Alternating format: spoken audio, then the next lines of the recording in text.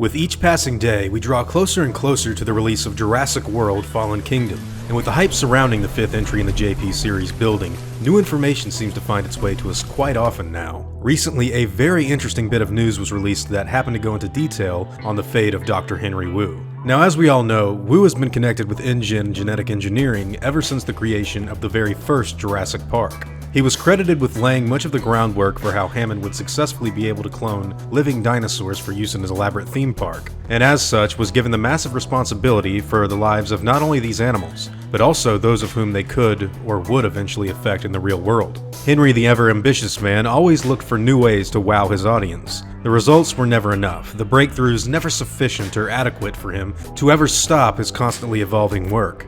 He'd been genetically recreating life for decades before the 2015 incident. But this time, he'd hit a bump in the road, one that would not only prevent him from continuing his research, but one that would outright forbid it. It's been recently revealed by the Dinosaur Protection Group's website that Dr. Wu has come under severe scrutiny for his work while he was employed at Jurassic World. Failing to attend any of the congressional hearings that were being held after the terrible incident claimed the lives of several park guests, Henry built a bad name for himself within the people's eye. Claire Deering actually made a public statement regarding the geneticist, where she stated the following: Dr. Henry Wu's involvement with the genetic manipulation of the species known as Indominus rex was one of the key factors towards its escape and the subsequent disaster of Jurassic World. His absence from the congressional hearings is a major red flag that something like this could happen again. In fact, could feels like a mighty understatement considering how corporate control over dinosaurs over the past few decades has played out.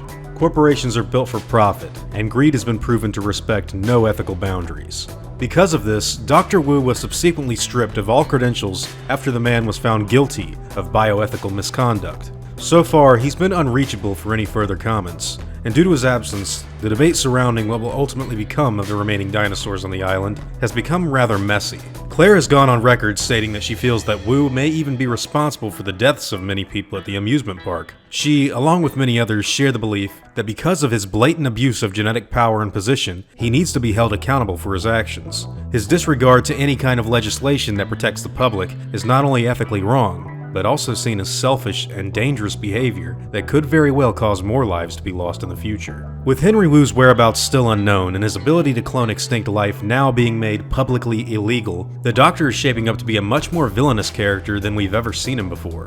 Now, Wu has always shown traits of both ambition as well as a lack in logical clarity, seeing as how he has constantly put his faith in many genetic safeguards that were, yes, quite groundbreaking, however unsuccessful in the long run. Altering the animal's genetic code with things like chromosome control, lysine deficiency, and amphibian DNA in order to dominate this prehistoric life has not only backfired on the geneticists and the shareholders of InGen as a whole, but it has also created an immense problem that could very well cause a great amount of chaos for every natural species currently living on the planet. We're all assuming Dr. Wu to be a part of the creation of the Indoraptor, and in my opinion, we may very well get to see Wu's iconic death that was featured in the original Jurassic Park novel. If we're lucky, that is. I say this because J.A. Bayona has gone out of his way to reassure those who will listen that he prepared himself to direct this massive blockbuster of a sequel by diving into the mind of Michael Crichton and rereading every one of his books, so that he could effectively translate these literary works to the screen.